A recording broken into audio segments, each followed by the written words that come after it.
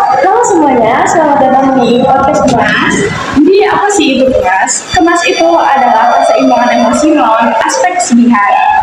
Jadi perkenalkan, nama saya Jihan Nursabila dari kelas 11 F5 dan dari kelompok 3. Dan bersama narasumber spesial kita kali ini. Halo semuanya, perkenalkan nama aku Feryadi Groho, aku dari Universitas Negeri Jakarta, Prodi Bimbingan Konseling.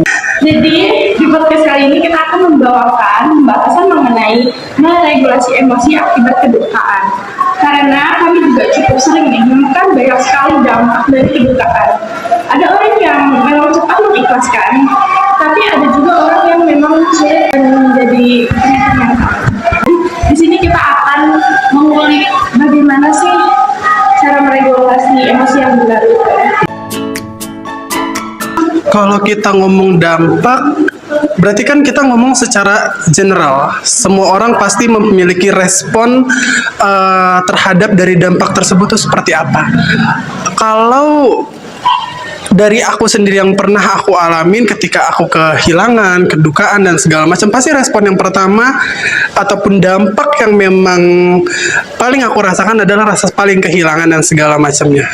Kalau terus juga ada yang terkadang ada yang sedih, ada yang sampai bisa nggak nangis pun itu ada dampaknya seperti itu ada, karena bingung untuk seperti apa dengan kondisi seperti itu, meresponnya seperti apa.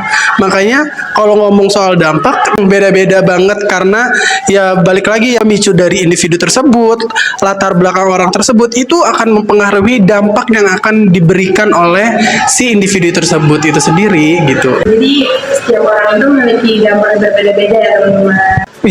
Yang kehilangan segala macam, rangkul aja, temenin, ajak ngobrol dan segala macam. Karena dampak paling parah ketika orang ngalamin kehilangannya ketika teman-teman sekitar dia tuh tidak mensupport dia dengan kayak nemenin aja, just untuk ngajak ngobrol segala macam. Itu adalah hal paling dasar untuk membantu ketika mungkin memang ada teman kita sendiri ngalamin kehilangan dan segala macam. Itu adalah cara paling mudahnya gitu.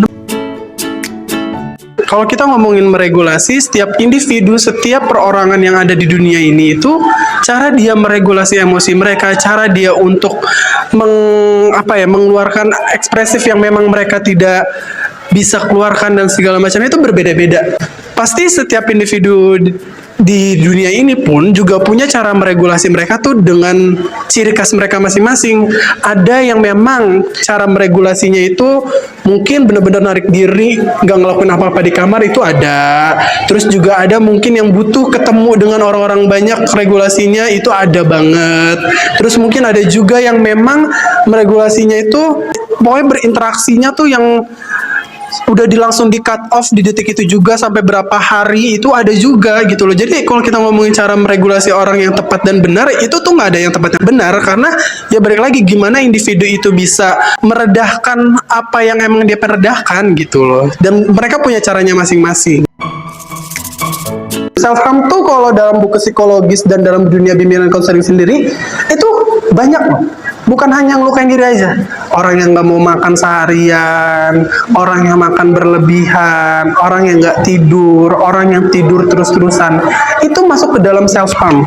Karena mereka berusaha untuk menarik diri, sebenarnya ingin mencoba untuk mengekspresikan apa yang dia tidak bisa ekspresikan, tapi terhalang gitu loh, karena dia nggak tahu untuk cara seperti apa, makanya dia melakukan self harm. Dan ketika ada orang-orang seperti itu, jawabannya pun juga sama, cukup aja ditemenin. Ibaratnya beberapa individu yang memang sering melakukan self harm itu karena dia tidak pernah didengar, karena dia tuh nggak pernah ditemenin, karena dia tuh nggak pernah yang namanya ditanya yang kayak gimana harinya hari ini, ada apa, gimana kehidupannya, apa yang kamu rasain, mau tahu dong, ngobrol aja gitu loh. Kalau kamu temen ya bawalah pembawaan sesuai dengan teman-temanmu ketika kamu emang lagi ngobrol sama temen gitu loh. Dimulai aja dari kamu, kalau kamu mau tahu kabar dan situasi temanmu sendiri, sedikit diberi nasihat bahwasanya jangan tahu ngelakuin kayak gitu, kesian sama badannya, emang apa sih yang ngebuat lo sampai ngelakuin kayak gitu. Kalau gue boleh tahu, boleh pertanyaan itu muncul, boleh gitu lah, tapi dengan